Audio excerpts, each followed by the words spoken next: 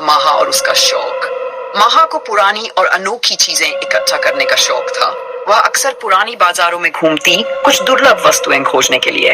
एक दिन वह एक सुनसान गली में एक अजीब सी दुकान पर जा पहुंची। दुकान के अंदर धूल से ढकी चीजें रखी थी, हल्की मध्यम रोशनी फैली थी और वहां की खामोशी में एक रहस्यमय एहसास था। एक कोने में उसे एक पुरानी गुड़िया दिखी, नीली कांच जैसी चमकती आंखें, सुनहरे मगर उलझे बाल और एक भव्य परंतु जर्जर पोशाक। जैसे ही माहा ने उसे उठाया, दुकान के बूढ़े मालिक ने चेतावनी दी, यह गुड़िया मनहूस है, इसे यहीं छोड़ दो। माहा ने हल्की हंसी के साथ उसकी बात को नजरअंदाज किया और गुड़िया खरीद ली। माहा ने गुड़िया को अपने बेडरूम में एक शेल्फ पर सजा दिया, लेकिन जैसे ही उसने उसे वहां रखा, उसे कमरे की हवा भारी लगने लगी।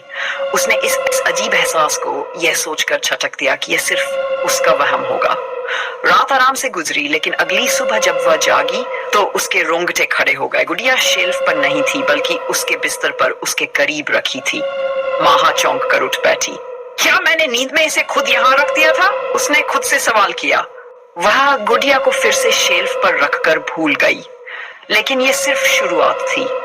धीरे धीरे अजीब घटनाएं होने लगीं।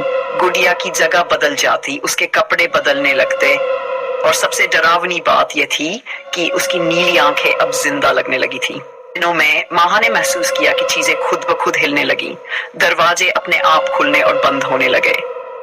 एक रात उसने कानों में हल्की फुसफुसाहट सुनी। वह घबराकर उठी और लाइट जलाई। कमरा खाली था। अगली रात कुछ ज्यादा ही अजीब था। जब वह गहरी नींद में थी, अचानक किसी ने उसका कंबल खींच लिया।